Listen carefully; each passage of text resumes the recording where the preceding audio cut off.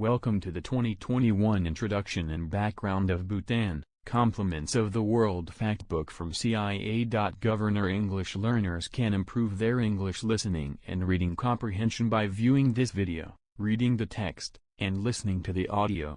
Following Britain's victory in the 1865 Boer War, Britain and Bhutan signed the Treaty of Sinchulu, under which Bhutan would receive an annual subsidy in exchange for ceding land to British India. Ugayan Wangchuk, who had served as the de facto ruler of an increasingly unified Bhutan and had improved relations with the British toward the end of the 19th century, was named king in 1907. 3 years later, a treaty was signed whereby the British agreed not to interfere in Bhutanese internal affairs, and Bhutan allowed Britain to direct its foreign affairs. Bhutan negotiated a similar arrangement with independent India in 1949. The Indo-Bhutanese Treaty of Friendship returned to Bhutan a small piece of the territory annexed by the British, formalized the annual subsidies the country received, and defined India's responsibilities in defense and foreign relations. Under a succession of modernizing monarchs beginning in the 1950s, Bhutan joined the UN in 1971 and slowly continued its engagement beyond its borders.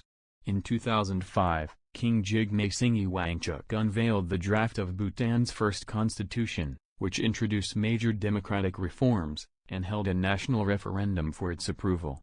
The king abdicated the throne in 2006 in favor of his son, Jigme Khesar Namgyal Wangchuk.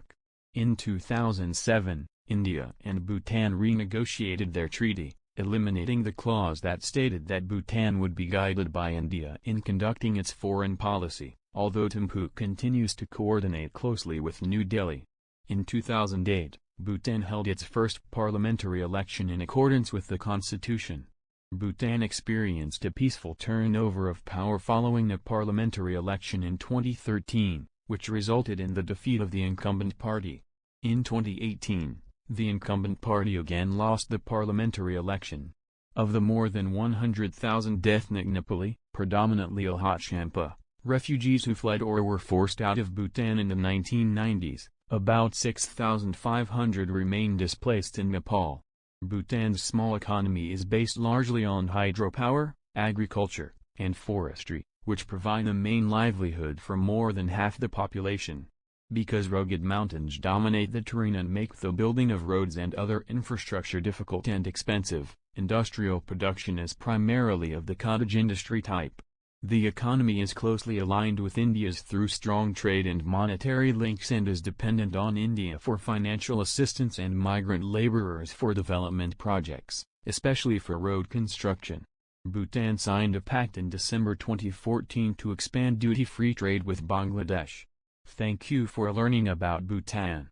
What other countries do you want to learn about?